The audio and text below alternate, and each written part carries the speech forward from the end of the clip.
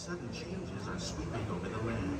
The approaching storm may seem violent and destructive to us, but to nature, it's a new beginning in the cycle of life. This doesn't really necessarily a waiting window, but it's really just like day by day. Yeah. So they say 20 on number and 50 or 10.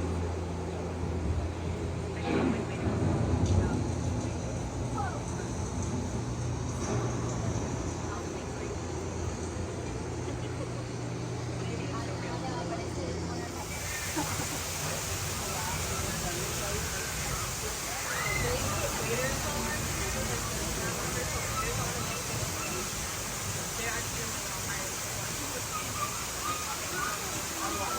Desert, nature has created a very different, but no less beautiful living system.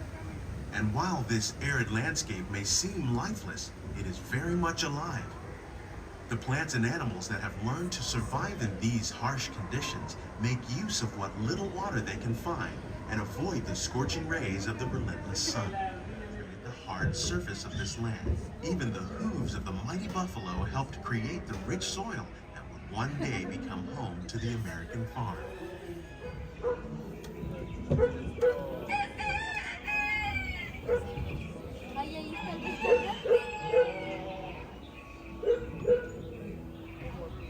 Of all the forces at work on the land, humans have had one of the most profound effects. The need to produce food for a growing world led to the enormous use and sometimes overuse of the land. In our search for more efficient ways to grow food, we often fail to realize the impact of our methods.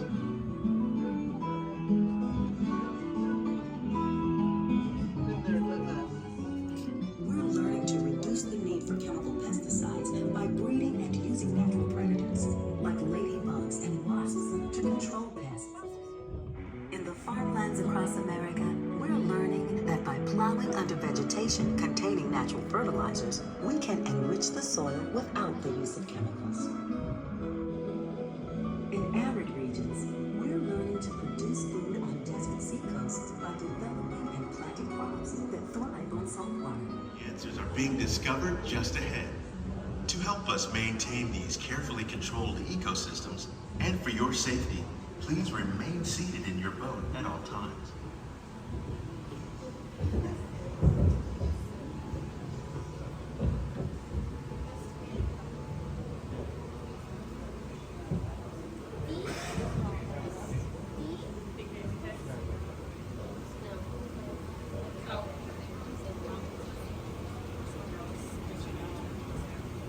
Welcome to our living laboratory, where scientists from Epcot and the U.S. Department of Agriculture are exploring innovative ways to produce bountiful harvests now and into the future.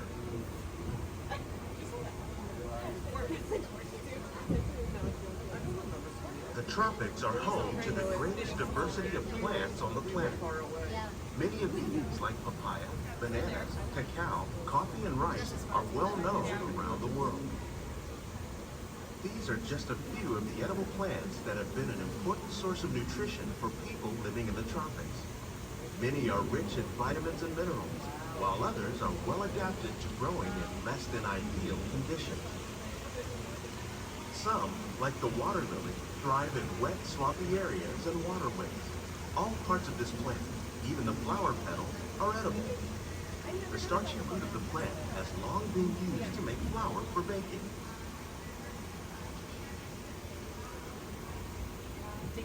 One day, many of these lesser-known tropical plants may be as important as the bananas growing on both sides of the boat.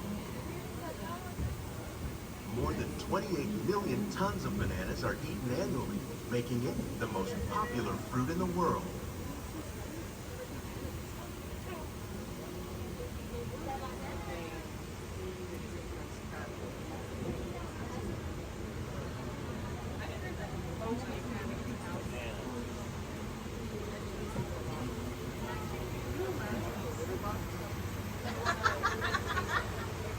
Probably don't think of fish, but fish farming, or aquaculture, accounts for nearly half of all the seafood consumed globally. Tilapia, bass, and catfish, like the ones you see here, are three of the more popular crops raised by fish farmers. The sustainable system we're using here recycles the water in the tanks. As a result, we're able to save millions of gallons each year.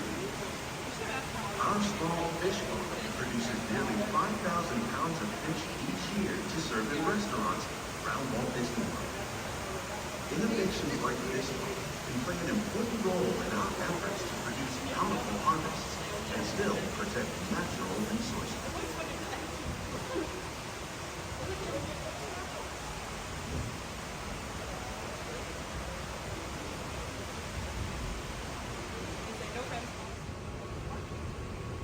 While there are more than 50,000 edible plant species in the world, most of us are only familiar with the handful that make up our everyday diet. The common grains growing here, wheat, maize, sorghum, and millet, plus rice, account for nearly 2/3 of our global food consumption. Learning how to increase yields of these staples is an important goal of research around the world.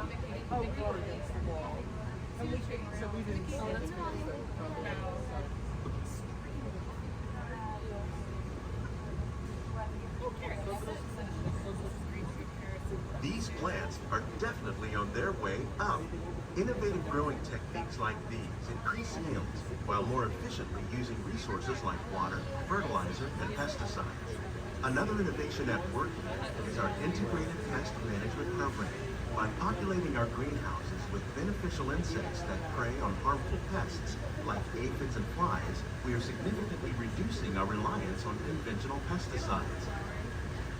We're growing these crops using our nutrient film system. This technique precisely controls and recycles For your water safety, please and remain nutrients. fully seated at all times. We can Thank you. produce over 27,000 heads of lettuce a year in this one small area. Spells out too. Watches all the time.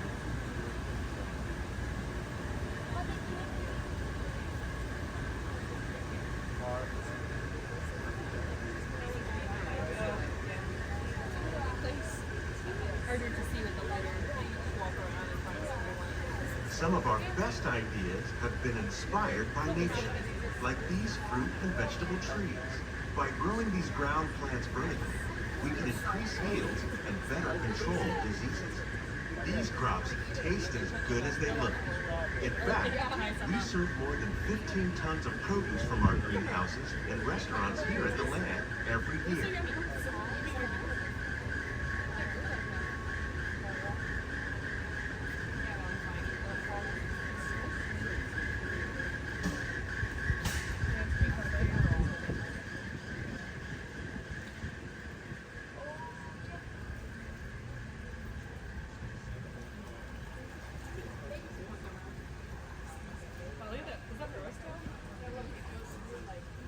The future of agriculture may include innovative ideas like this vertical growing system.